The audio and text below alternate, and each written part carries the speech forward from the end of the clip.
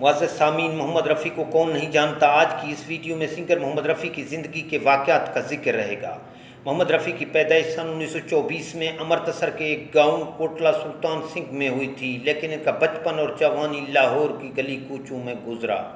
उम्र अजीज़ के इब्तदाई 9-10 बरस वो अंदरूने भाटी दरवाजे के मरदम खेज इलाके में रहे, जो नामवरों का गढ़ था। बाद अज़ां वालिद साहब ने रफ़ी साहब को बादल नखास्ता बम्बई जाने की इजाज़त तो दे दी, लेकिन लाहौर रेलवे स्टेशन पर रुख्सत करते हुए ये ज़रूर कहा, अगर तुम्हें बम्बई में मौसीकी के मैदान में कामयाबी ना मिले तो पलट कर मत आना। मैं भूल जाऊंगा कि रफ़ी नाम का मेरा कोई बेटा भी था।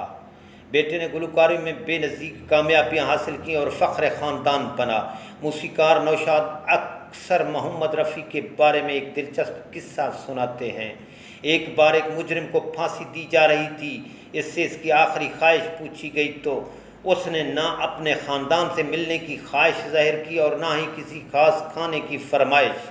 इसकी सिर्फ एक ही ख्वाहिश थी, जिसे सुनकर जेल के मुलाजिम हैरान रह गए। उसने कहा कि वो मरने से पहले मोहम्मद रफ़ी का फ़िल्म बीजो बारवा का नगमा ए दुनिया के रखवालों सुनना चाहते हैं। इसके बाद एक टेप रिकॉर्डर लाया गया और इस कैदी की ख्वाहिश पूरी की गई। याद रहे कि इस नगमे को गाने के लिए मोहम्मद रफ़ी ने 15 दिनों तक रियाज किया था।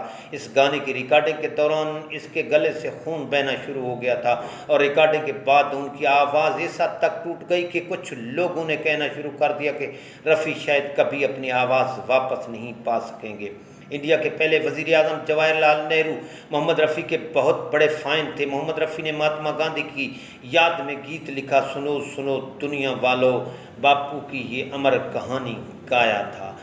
राजेंद्र कृष्ण का लिखा ये गीत गाने पर इंडियन वज़ीर आज़म नेहरू ने मोहम्मद रफ़ी को सरकारी एवार्ड से नवाजा था।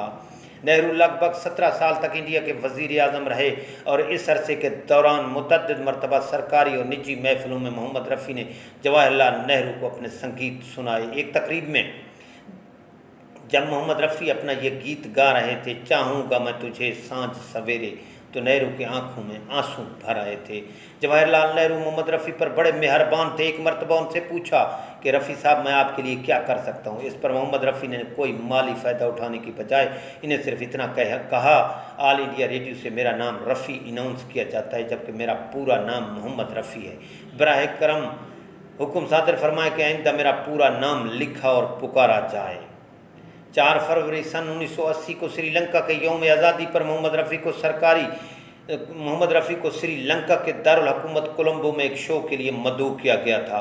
इस दिन उनके सुनने के लिए 12 लाख शहरी जमा हुए थे, जो उस वक़्त का आलमी रिकॉर्ड था। श्रीलंका के सदर जे वर्धने और वज़ीर आज़म प्रेमदासा इफ्तिताह के फ़ौरन बाद किसी और प्रोग्राम में हिस्सा लेने के लिए जाने वाले थे, लेकिन मोहम्मद रफ़ी की ज़बरदस्त गुलकारी ने इन्हें रुकने पर मजबूर कर दिया और वो प्रोग्राम ख़त्म होने तक वहाँ से हिले नहीं।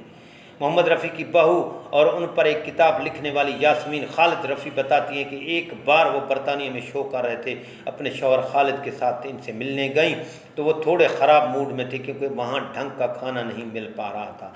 उन्होंने पूछा, यहाँ से लंदन जाने में कितना वक्त लगेगा? खुर्शीद ने जवाब दिया, यही कोई 3 घंटे।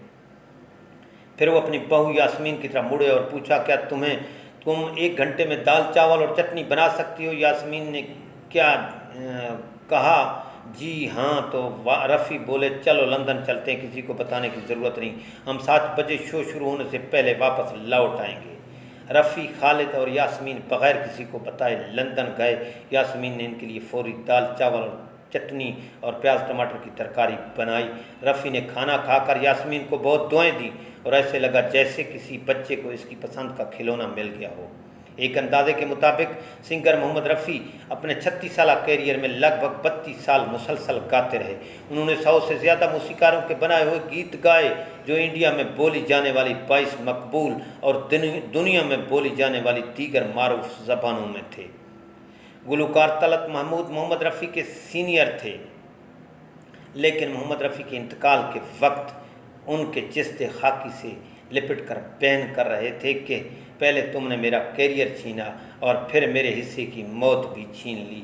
मोहम्मद रफ़ी की रूह परवाज़ कर चुकी थी और किशोर कुमार उनके कदमों में सर रखकर घंटों तक रोते रहे। सामीन, आखिर में गुजारिश है कि इस वीडियो के बारे में एक कमेंट ज़रूर दीजिएगा। शुक्रिया।